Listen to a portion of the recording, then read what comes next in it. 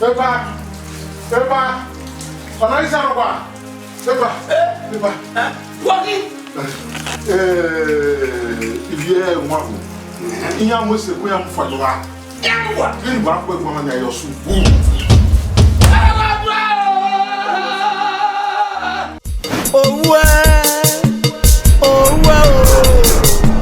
Ayagele fiespi iye kala mwe edogu ya o.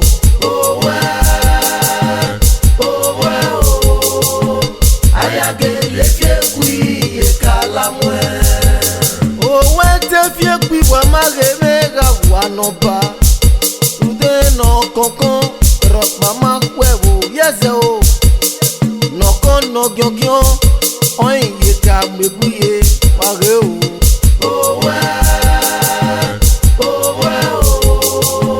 Ayagele fiespi ye kala mwe. Agbon we mi do ma gbe o. Pama geve gedo. Uno ga gbo ma un. Pama geve na gbo bi o ma yo. Eyi me la. Yo sume o.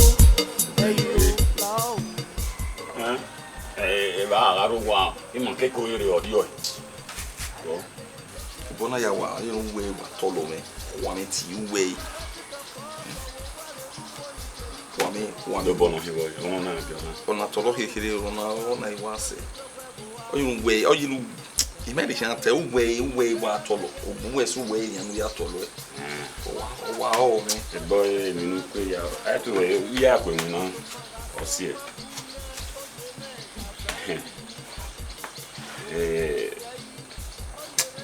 O bonu we ya fi azeni o we ya gba ko ya azeni un. O ya you azeni. Oni si oni Eyin. o ma bon. Ah, baba. Oyan. Oyan. Ya to be bi o wa. Ma te gbo Ya yi wa lo wa. Ya o yin ri eki. Okay.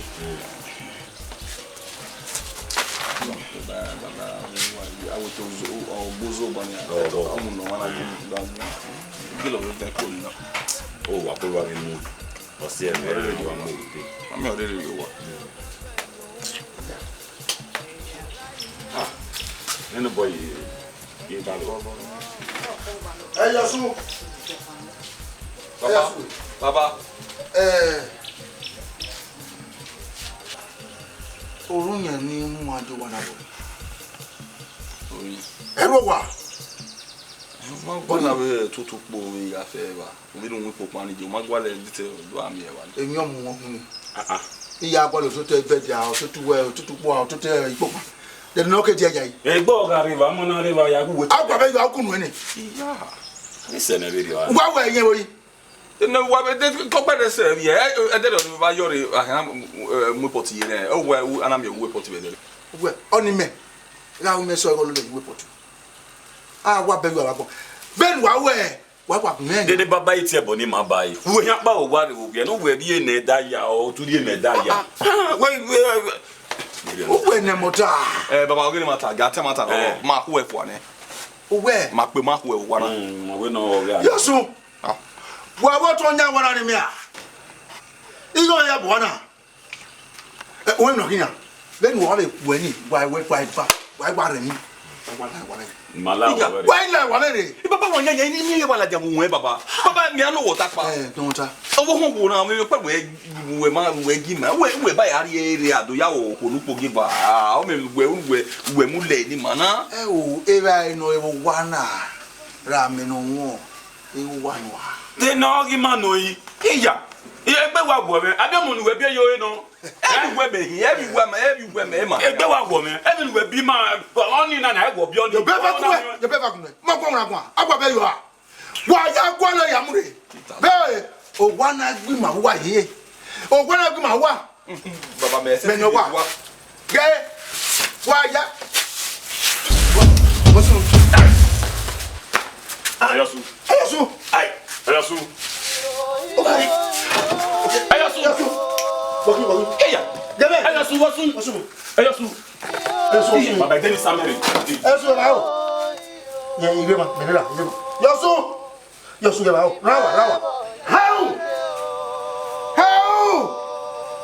Hey, na ni to me. Yosu. Baba. Ije kwa. Hey. Ije. Yosu ya bao. Yosu. Ya bao tra be mo. Yosu. Hey! Ebe wa bure o. Wa bure. Yosu. Hey, na ni to me. Je.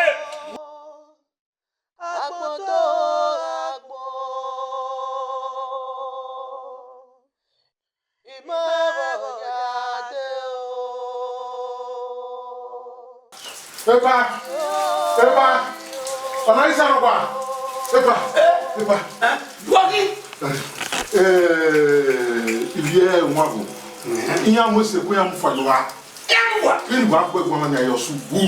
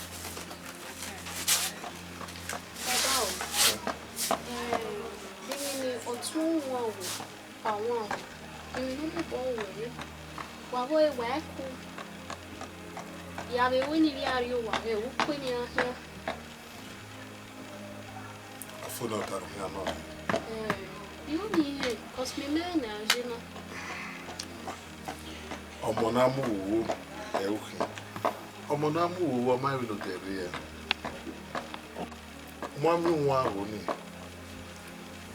okwo nori ejo wa ifawe makapo ona ibi bania na ya amwete kuna amweko hari abo mwekibe ama opiata weru gban okota oweru gban egbon awiriyo emihe dori ekebeze wota wana gugwa na nwa go no take me titi okiri ogiye nwa go na enwere rawi ikiki ya fe no lega gbe mana dadwa pe go nwa go wo ojo ha oji na mi ewe azena ga mi oriri gbe ko ma okiri na ge mu ka ijan nwa go igbon abi yo ti me wai mote wa gbe wa ni kama we la son itabafra itabe de amu imo ni yewe uyowe rakao ari ogumago awa baba o tun ye no na we ga mi na ya po bije we mare ni mo bo egene de anatu kama we I mean a yak boogie. On your one we my way. On a wee way, mean it. Or be a motti and near over ye. I did got a bono, they on the cool waggly sort of don't want on me wine when I go one of you dinner, or send on my would you are. What power if hour or more what to boy what woo, what would you are? Mammy, you, the boy of me, yell and never tell him no yalla. That's it one done. Me Samuel in the act paying a bit, Timmy Boy in a bit. What two was wet. One egg being a Say why it or mess a video. walk back by him or be now. Walk back with one with him, may be out in walk out the one or cast up more. He go walk out my got in Wobby. Now, do we have more time and Papa? Now, one hour better do you. No.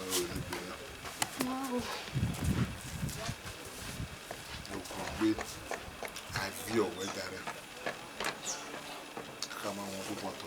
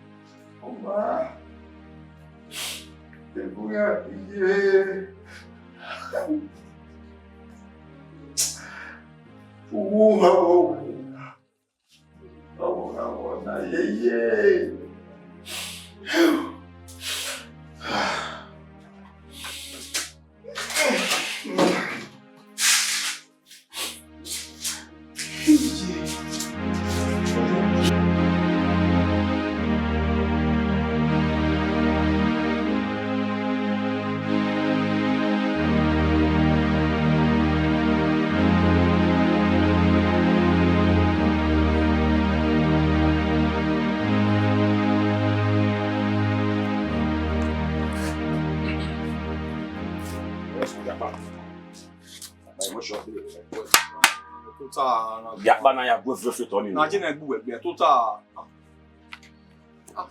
o fe no mo bi an na ge wo men no isu wo na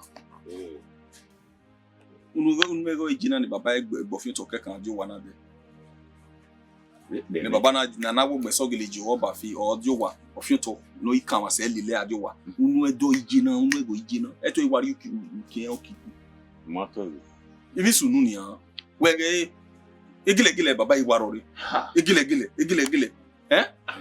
kero he magi igile esun la jan wi won na na le tai baba vi igile re igile baba vi ore ni eyan baba eyan ebi mi igile ni igile ogagbo me vi ore Emi sunu.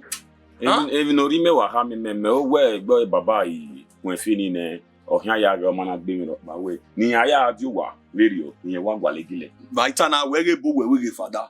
To jugbo jo ama mi emi gbe na vie gele ria. Then we dey mi lu ita bo na.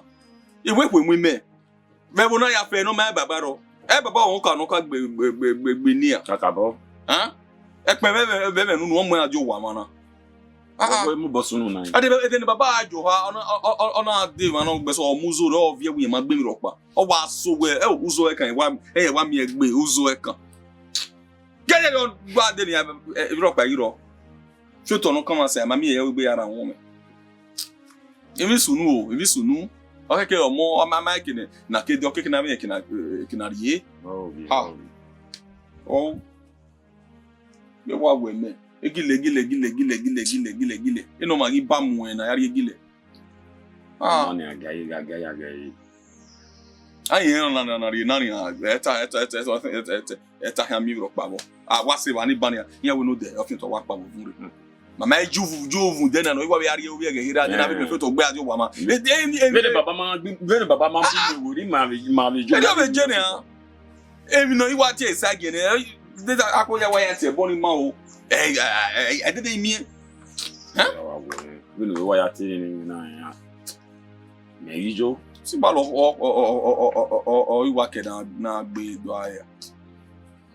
Ya here. I'm marine. Na ba be done way. Ye we hear me rock back bebo. Ya ba here. So ma me we sulu. Emi sulu. No don na yoga bo. Na we ke kan. Ye vita. Ya. Sabo.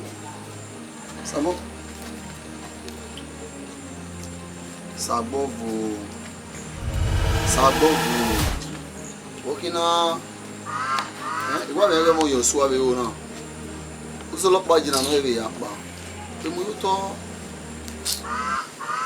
Wori na yo mo teme.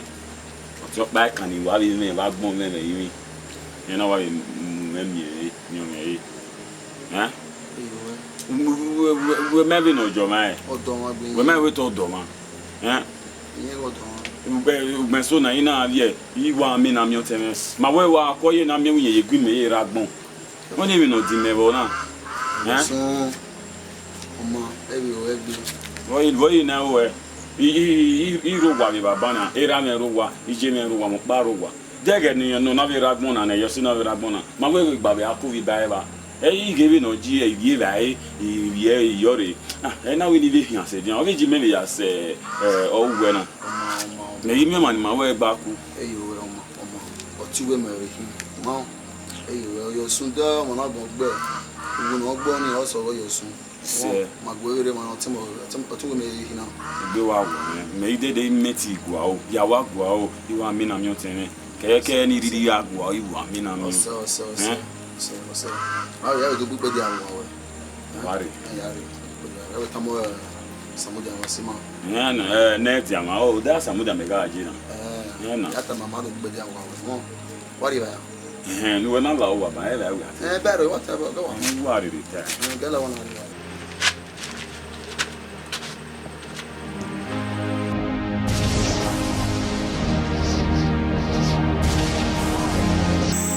Gbemo pia nudo gbemo pia nudo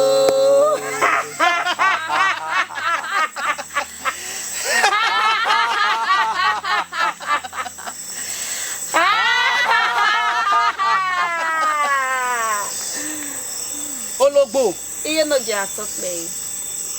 What's ye ni rumo imanari iko we de nena? Iye niye. Erumo ite se veri ogwe iko ni ma dogbera. Owi mi owo ni ma fian ni e go ma polo se go ma vunya o. Uwe. Eri ota ese de ni de. Oma. Iye niye. Ome imi owo mo kwa ni kete gbe ni amure we ti ko ni. Momo boy. Momo boy.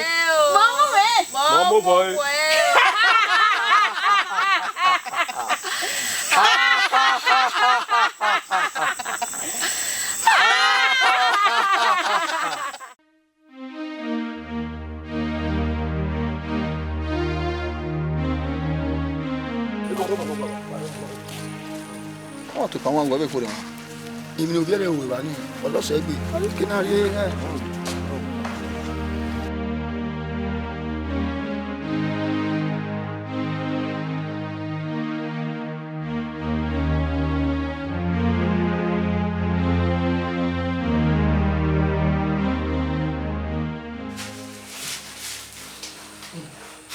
Sagbofo.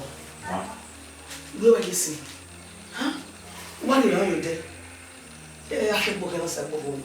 One go power, anyway. What part of me? I say, you're saying any, my way about Piku. On a move back, or give me Vuni. You are Gilly Siva, Vuni Gilly won't be. Then I will not turn on. Or I have me, and I will need to turn away out. And I have many American okay. And here we may go up of into or local area. And they won't Uvuni, Leo Vunino, Iba, Ishovet, in one. You know, they are there, they will dodging. Autonomy, or where, or Jalofian, or what on him, or when you want Mutani, you devise it, okay, or what on you. Maybe I feel no one. Oh, no, it's the white son. I feel no one. Me no was say how do you? I mean, I was one costing me. One woman, one this moving on learning. Put the back where? If you do power more, one you dig by. Get your only more so what? Imani, Uzolia. Yo.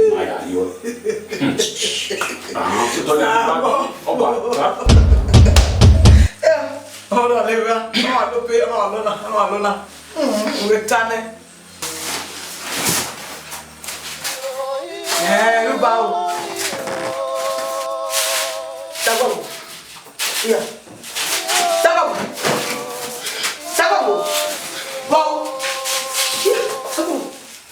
Tago. Yeah, Pagumero. Tago. Pagumero. Waya waga deo.